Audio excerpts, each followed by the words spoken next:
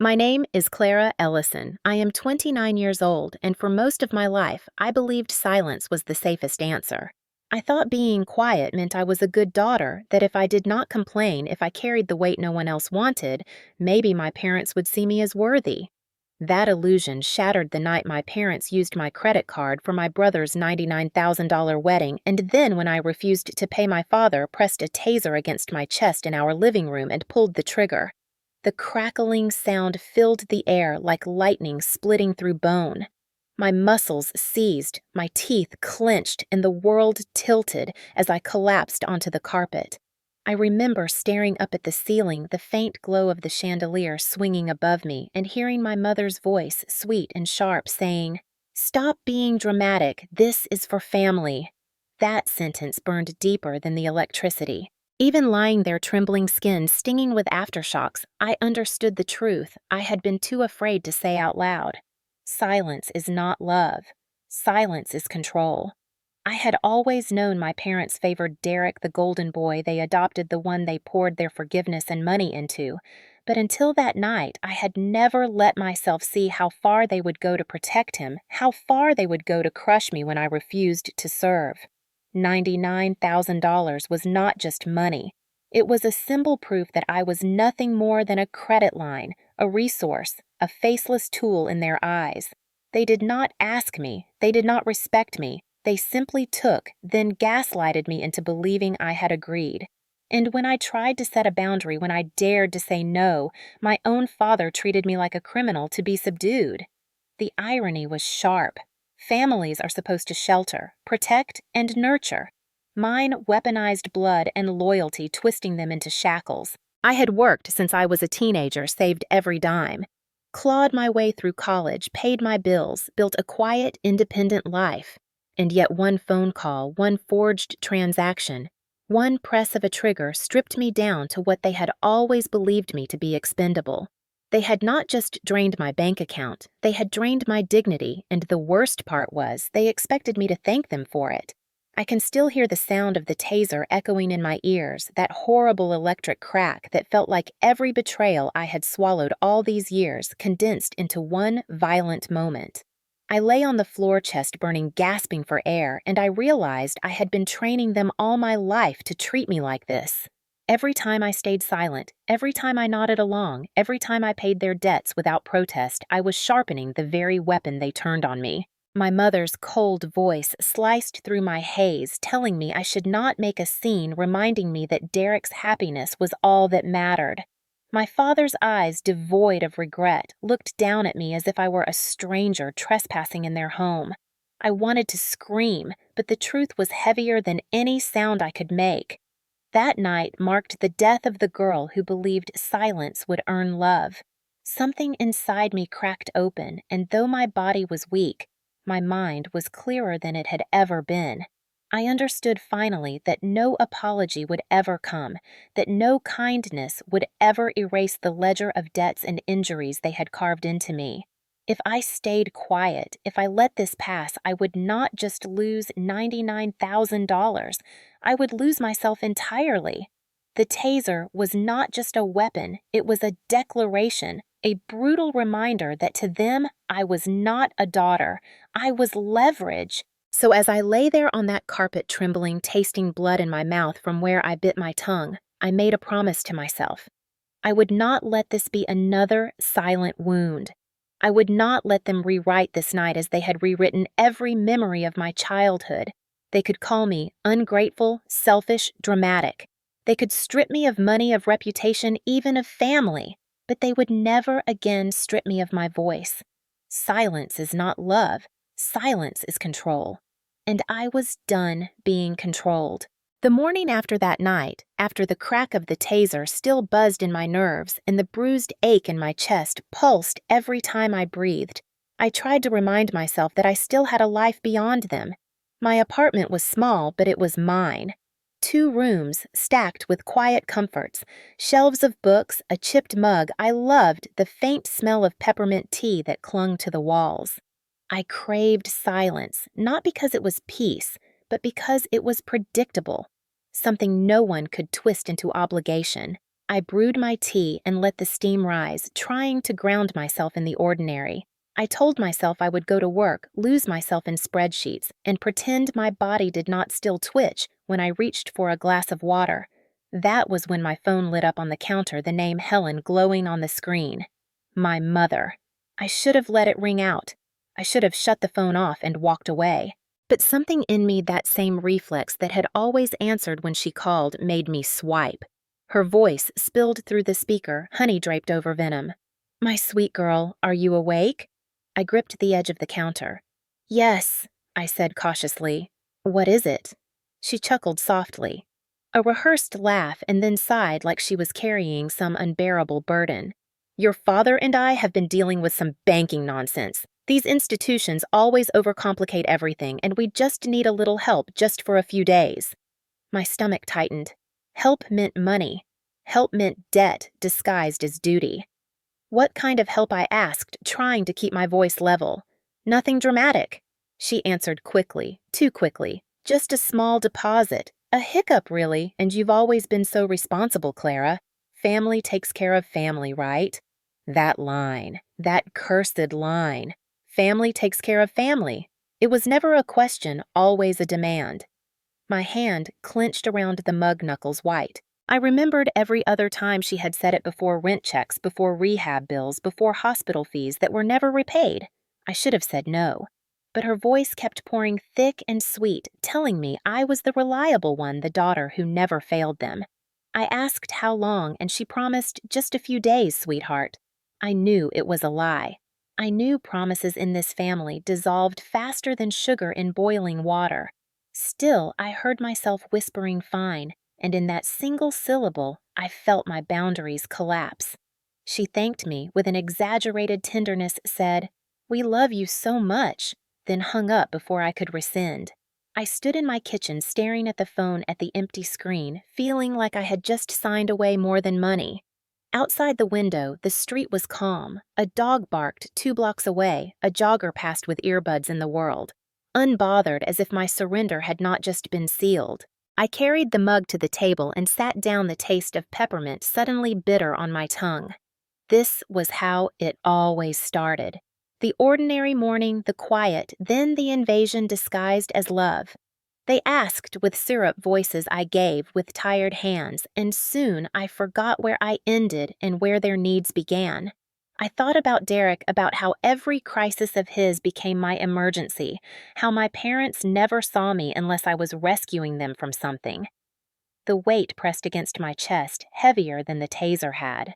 I whispered into the silence, "Silence isn't love. Silence is control." And for the first time, I wondered if saying yes had become more dangerous than saying no. When I try to understand why I answered that call, why I let their voices slip past my defenses again, I always end up back in the same place, the blurred corridors of my childhood, where silence was currency and obedience, the only language that ever earned me scraps of attention.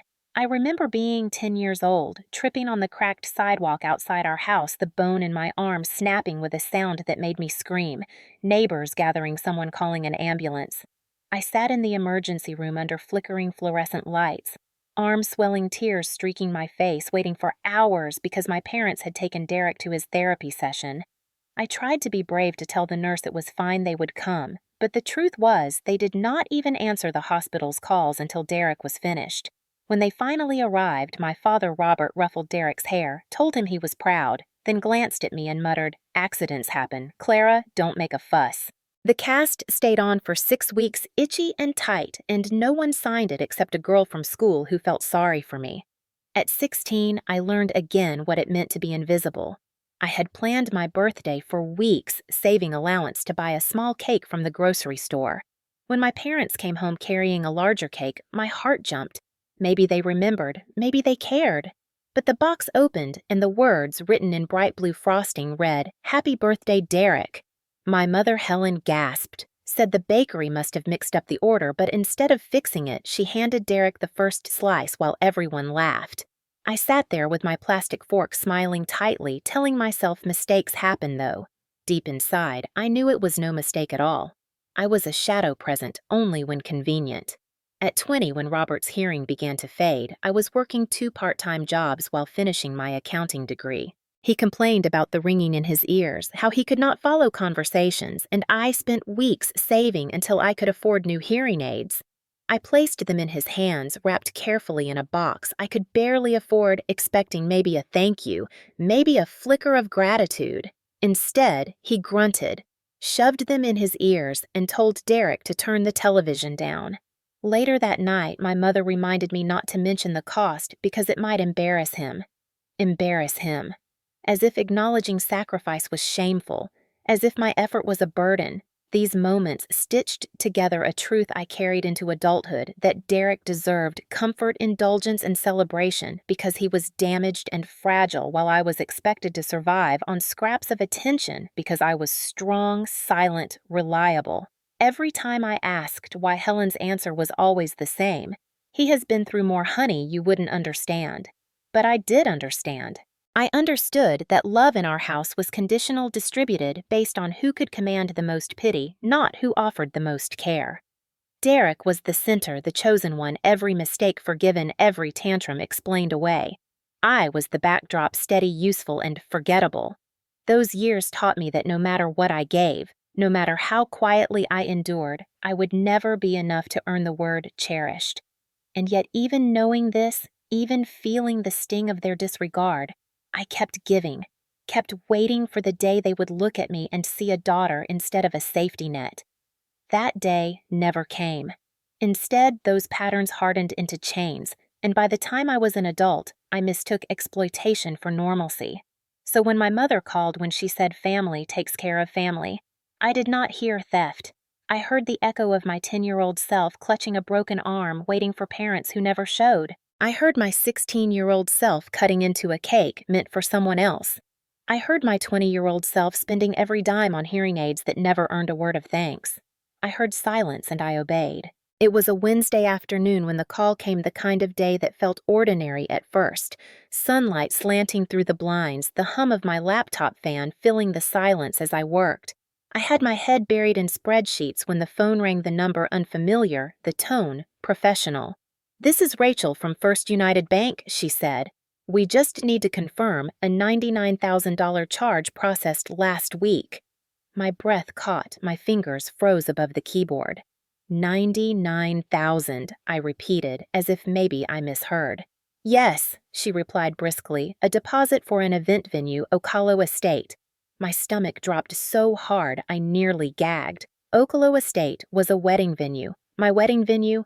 No, of course not. I had no engagement, no ring, no one planning to stand beside me. This wasn't mine. I laughed at the sound brittle, telling her you must have the wrong person, but she read my name, my account, my credit line, all tied directly to me. The room seemed to tilt, the air thickened. I thanked her mechanically, hung up, and sat staring at my phone. My hands shook as I dialed Helen, my mother. She didn't answer. I called again. On the third try, she picked up her voice, too casual. "Hi, sweetheart. How's your day?" "Did you use my credit card for a wedding deposit?" I demanded, every word scraping my throat. Silence, then a sigh. "Yes, but we meant to tell you things just got busy. For Derek's wedding right." "Yes?" she said brightly. "He and Marielle fell in love so quickly. The venue is special, a once-in-a-lifetime opportunity." "Why didn't you ask me?" "We did," she answered smoothly. "You said yes. Remember, don't be dramatic." My chest hollowed. I sat in silence as she filled the air with excuses. "You weren't using it, and this is important for our family, for Derek." Family. As if I was not part of it. As if my consent, my life, my boundaries were nothing. I hung up without saying goodbye, staring at the ceiling fan above me, its blades spinning slowly, mocking me with their steady rhythm. $99,000. Not theirs to take yet taken. Not mine to refuse because refusal meant betrayal in their vocabulary. I didn't eat that night. Couldn't. I sat on the edge of my bed, replaying the conversation, each phrase twisting like a knife. It wasn't the money. Not exactly, it was the entitlement, the casual theft disguised as love. The audacity to look me in the eye and insist I had said yes. That was the truth of it. My silence once again rebranded as consent. They had erased me in real time, overwritten my voice with their script, and expected me to nod along. I lay there until morning eyes opened, mind churning understanding, something I had never fully allowed myself to admit. To them, my boundaries were not boundaries at all.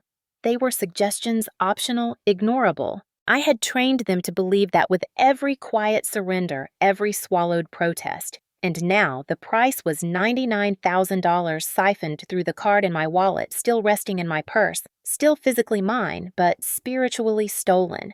I held it that night, stared at the numbers embossed on its surface, and felt as if it belonged to them more than it ever belonged to me.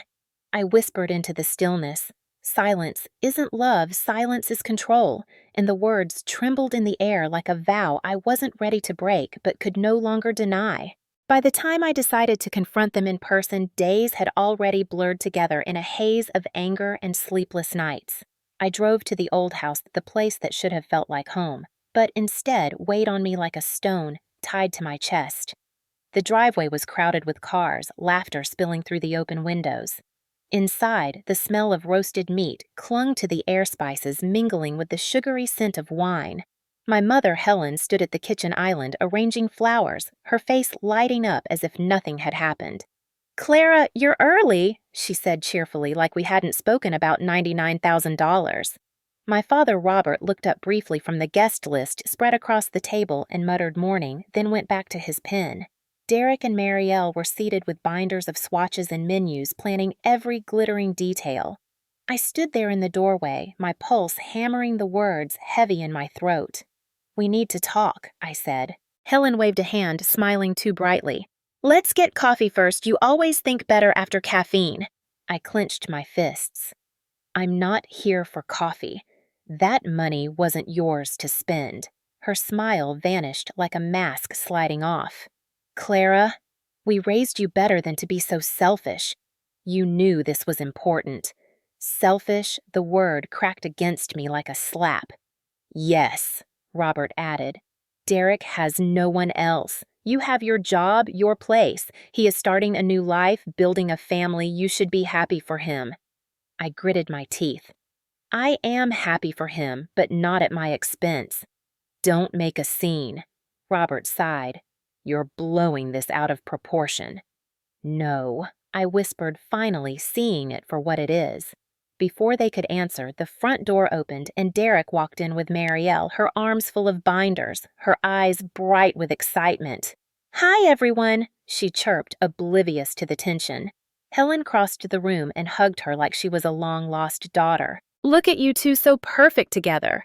Derek gave me a nod, not a word of greeting, and moved straight to the table. They spread out timelines, menus, color charts, the air thick with their laughter. No one invited me to sit. I hovered for a moment, then pulled out a chair quietly, my presence ignored. Dinner that night was loud, full of chatter and clinking forks. Helen's famous meatloaf steaming on plates no one actually liked. I barely touched mine. Halfway through, Robert stood, glass of wine in hand, his voice booming. "I want to propose a toast." Everyone turned to him smiling. "To the son who brought light into this family, Derek, you've made us proud." The words hung in the air like a hammer crashing down. I felt them strike me harder than the taser ever had. My fork clattered onto the plate. "Do you even remember what college I went to?" I asked, my voice cutting through the room. Silence. Helen blinked. Marielle tilted her head. "Wasn't it community college?" Helen jumped in quickly anyway. "College isn't everything. Look at where Derek is now." I nodded slowly. "Yeah, look at him." The laughter dimmed, the room stiffened, but no one defended me. No one tried to bridge the gap. I stood, thanked them for dinner, my voice hollow, and no one stopped me as I walked out the door. Driving home, the streets blurred past the red glow of traffic lights staining the windshield. My hands gripped the wheel, my jaw clenched, and inside my head the words pulsed like a drumbeat. Silence isn't love. Silence is control. When I got home that night, I didn't bother turning on the lights. I dropped my keys on the counter and stood in the dark, letting the silence wrap around me like a shroud. My stomach churned with the meatloaf. I had barely swallowed my mind replaying Robert's toast to Derek, the proud son, the only son they seemed to see. I walked into my small office and opened the closet, pulling out a battered cardboard box that had followed me through every move since college. Inside were old files receipts and one thin laptop I kept locked with a password only I knew. I opened it, the screen flickered, and there it was, a spreadsheet labeled Family Debts. It had started as a joke years ago, a way to keep track of small things. I covered gas money, groceries, utilities when Robert and Helen claimed they were short. But over time, the entries had grown darker, heavier, turning into a chronicle of exploitation. I scrolled through the rows, each line a wound I had never let myself fully feel. 2015 rehab for Derek, $3,200. 2017 replaced broken AC unit in Robert and Helen's house, $5,000. 2018 tuition for Derek's nephew, when Derek said he couldn't swing it, $2,800. 2020 emergency dental surgery for Helen, $1,200. 2022 bail money for Derek after a DUI, $4,500. And now, 2025 wedding expenses unauthorized, $99,000. The numbers blurred, but the truth was sharp. This wasn't generosity. This wasn't kindness. This was extraction, a systematic draining of my life, my savings, my stability, dressed up in the costume of family loyalty. I stared at the screen, my hands trembling, and for the first time, I didn't minimize the window, didn't tell myself it wasn't so bad. I opened the print menu and watched as page after page rolled out of my printer, the whirring sound filling the apartment with mechanical certainty. 40-50 pages, each one covered in black lines of dates, amounts, and notes. Not memories. Records. That distinction mattered. Memories could be denied, twisted, rewritten. Records were harder to erase. I gathered the stack heavy in my arms, the paper warm from the printer, and laid it on my desk. I flipped through them slowly, each page like a courtroom exhibit, a prosecution I had been building unconsciously for years. I saw patterns emerge, cycles of taking without thanks, of manipulation, followed by erasure. I remembered every argument that ended with them telling me I was dramatic, every sacrifice dismissed as duty, every silent scream swallowed. The ledger proved it wasn't just in my head. It proved the erosion I felt had a source, steady, relentless, calculated. I sat back in my chair staring at the pile and whispered to the empty room. They can't see what they've taken, but I do. For a long time, I just sat there, the cursor blinking on the screen, my breath shallow. Not angry, not even heartbroken, just awake. The ledger was more than proof. It was a mirror, reflecting the truth of who I had been in this family, not a daughter, but a resource, not loved, but leveraged. I stacked the papers neatly stapled. The top corners made them ready, not for a joke, not for a diary, but for war. For the first time in my life, I knew I wasn't crazy. I had the receipts, and that changed everything. I agreed to meet Derek only because part of me needed to hear his voice, to see if there was any scrap of remorse in the golden boy's face, any recognition that what he had done was theft, betrayal, and violence wrapped in family colors. He chose the bar, a trendy place downtown with low lights and high prices, the kind of place he loved because it made him look successful just by sitting in it. When I walked in, he was already at a booth, blazer pressed, hair slicked, smiling like nothing had ever happened. "Clara," he said warmly, clapping me on the shoulder like we were teammates, not siblings on opposite sides of a battlefield. "Thanks for coming." I slid into the booth without answering, folding my arms. He ordered beers without asking what I wanted, the same old entitlement dripping off every gesture. "So," he began, "I know things got messy with Mom and Dad. They don't always handle stuff right, but you've always carried more than your share, and I know that." I studied his face, wondering if this was real or just another smooth pivot. He leaned in, lowering his voice. "I want you involved, not just in the wedding, but in what comes next." "What's next?" I asked flatly. His grin widened. "Business real estate, a boutique firm, small but classy. Investors love the family angle." My stomach tightened. "And what does that have to do with me?" He tapped the table proud. "The firm's already filed. It's under Ellison & Co. Yours, technically." I sat still, the words sinking like stones in water. "Yours, technically." He nodded eagerly. "It's just paperwork, sis. We'll fix it later, but for now, it gives us credibility. You know how that works." My pulse roared in my ears. "You used my name." He shrugged, smiling like it was nothing. "Come on, it's family, no big deal." My hands shook under the table, but my face stayed still. I thought about the ledger sitting on my desk, the years of records, the mountain of proof, and I felt something shift inside me. This wasn't just about money anymore. This wasn't even just about $99,000 or a wedding. This was my identity, my name, my credit, my social security, my life being hijacked for his schemes. Derek leaned back, sipping his beer like a man who thought he had won, like the story was already written in his favor. But for the first time, I wasn't afraid of the silence stretching between us. I let it grow heavy, let him fidget slightly, and then I stood up. I didn't yell, didn't throw my glass, didn't give him the satisfaction of drama he could later twist.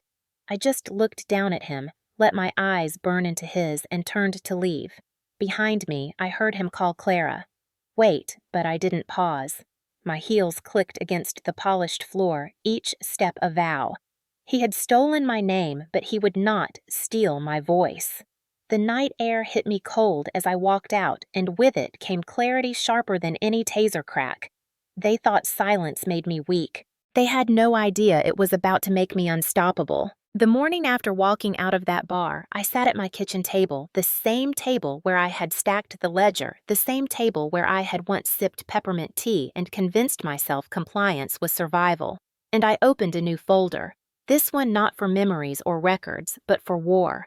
I had already called Eliza Moore, a lawyer recommended by a colleague at work, a woman with a sharp gaze and no patience for excuses. She listened without blinking as I told her about the $99,000 theft, the taser in my father's hand, the gaslighting, and then Derek's little revelation about Ellison and Co. She tapped her pen once against her legal pad and said flatly, "That's identity fraud, Clara. Not a maybe. Not a family squabble. Not an unfortunate misunderstanding. Identity fraud." Her voice was like cold steel, factual, undeniable. She asked if I wanted to file charges immediately to go nuclear, but I told her no, not yet. I wanted precision, not explosion. I wanted proof placed exactly where it would hurt them most, where the mask of their perfect family would crack in public. So we prepared. A cease and desist letter drafted in legal language that left no room for twisting. A packet of documents assembled for the IRS. Every page of the ledger included copies of statements, screenshots of unauthorized charges, details of Ellison and Company, with my social security number attached. Eliza scanned each one, nodding, telling me once this hits their desk, it won't be ignored. That afternoon, I printed another set, slipped it into a manila envelope, sealed it tight. On the front, I wrote in steady handwriting, "To whoever still calls me ungrateful, I didn't need to be there at the wedding. I didn't need to stand in the aisle or shout at the altar. All I needed was to make sure the truth walked in before the vows." I found the wedding planner's office, a polished woman with a headset bustling between calls, and handed her the envelope. "Please make sure Helen receives this on the day," I said calmly. She glanced at me curious, but I offered no explanation. Quiet, deliberate, precise. After that, I went home and waited.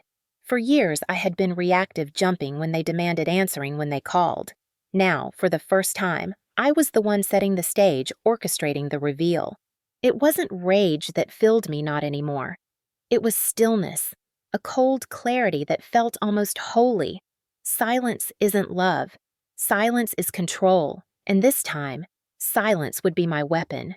3 nights later, as I lay in bed, I imagined the scene, the white chairs, the floral arches, Derek standing smug at the front, Helen beaming as guests whispered about her perfect family, Robert raising a glass. I imagined the moment the envelope reached her hands, the color draining from her face as she flipped through page after page of receipts and fraud. I imagined the guests watching murmuring phones lifted to record the perfect facade collapsing in real time. And while I pictured it, I did not smile, I did not gloat. I just breathed steady and calm because for the first time in my life, I wasn't waiting for their permission. I was delivering their consequence. The wedding day arrived under a sky so bright it felt almost staged, the kind of clear Texas morning that seemed made for photographs and vows. But while Derek and Marielle posed for cameras and guests filled rows of white chairs, I was 3 miles away in a quiet cafe, the steam from my coffee curling into the air as I waited. I was not hiding. I was observing detached yet present, because the envelope I had slipped to the planner was already making its way toward Helen's manicured hands. At noon sharp, the music swelled violins filling the garden. The officiant cleared his throat, and laughter floated among the flowers, but the harmony cracked when a staff member walked down the aisle mid-ceremony, an envelope in hand, and placed it directly into Helen's clutch. At first, she looked annoyed, her mouth tight, but curiosity won. She opened it, pulled out the stack of papers, and as her eyes scanned the words, her face blanched. The air shifted. Robert leaned over, whispering, but she kept flipping through pages, each one a nail driven into the coffin of their carefully crafted image. Guests began to murmur whispers darting like sparks through dry grass, phones tilted upward recording. One older cousin, a man known for bluntness, stood suddenly and said loudly for everyone to hear, "How dare you steal from your own daughter?" The garden froze. Derek's jaw tightened, his face drained of color as he glanced at the document's recognition flickering across his eyes. Marielle, stunned, clutched his arm, demanding, "What is this, Derek?" He stammered, but no words came. By the third row, people were already standing, shuffling toward the exit, whispering fraud, IRS betrayal. The pianist fumbled notes, the melody collapsing, as if even the instruments could not bear the weight of the lie. Robert attempted to raise his voice, booming family business exaggerations. Don't believe it, but the evidence was in black and white, stapled, undeniable. Someone filmed as Derek snatched the packet, flipping through furiously before storming out of the ceremony phone pressed to his ear.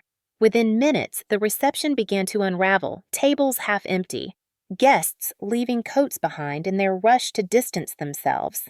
The gossip spread faster than wildfire screens glowing as blog posts appeared, headlines hinting at financial fraud exposed on wedding day. And while the Rivers family panicked in chaos, I sat quietly in the corner booth of that cafe, sipping my coffee, listening to the hum of the espresso machine.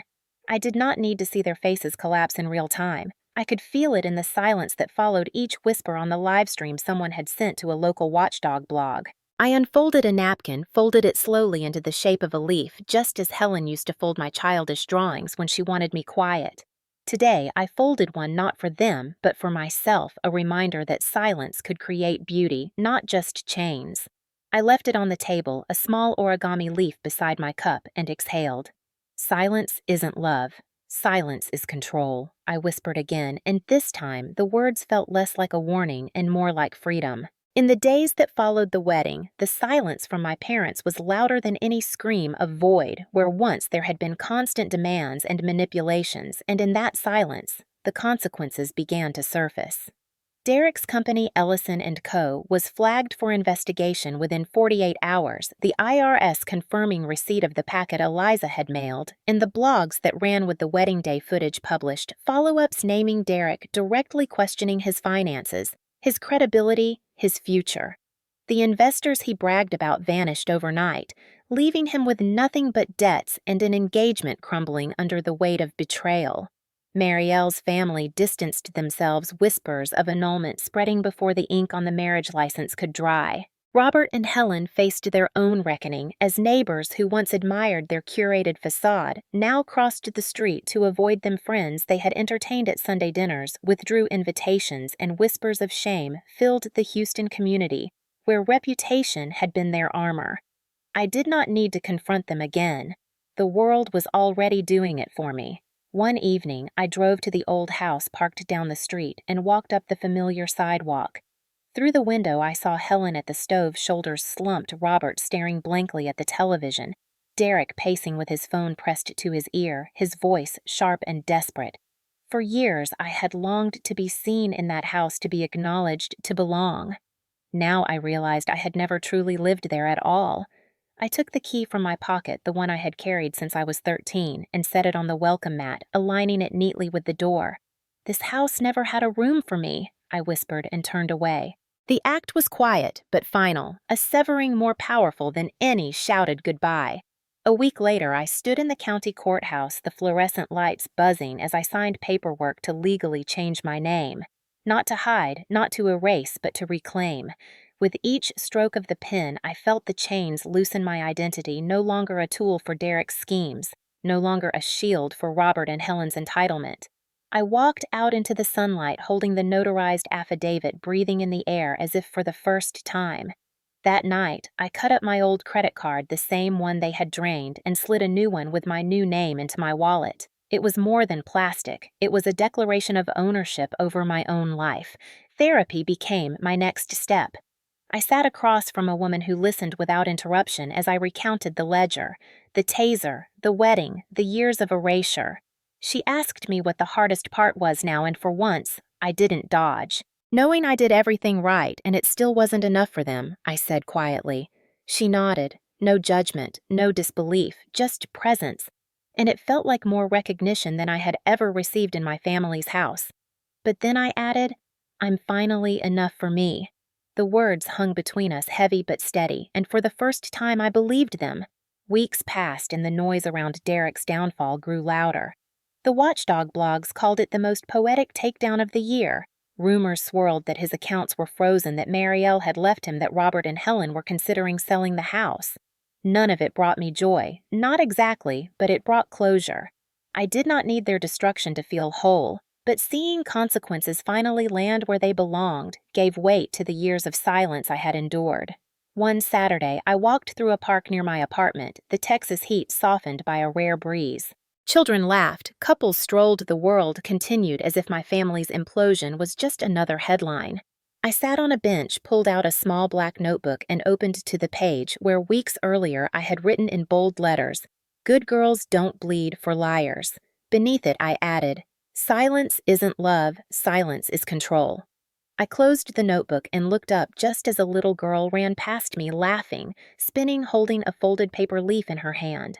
She paused, offered it to me with a grin, then darted away to catch her friends. I held the leaf for a moment, the creases familiar echoing the ones Helen once folded from my drawings, but this time it was not a symbol of obedience. It was a gift, innocent and free. I let the wind carry it away, watching it tumble across the grass, and I did not chase it. Healing, I realized, was not forgetting, but remembering and choosing not to return. I stood, smoothed my jacket, and walked toward the path ahead. Lighter than I had ever been. Not Robert's daughter, not Helen's safety net, not Derek's leverage, but Clara enough for my self-fire that would never apologize for burning.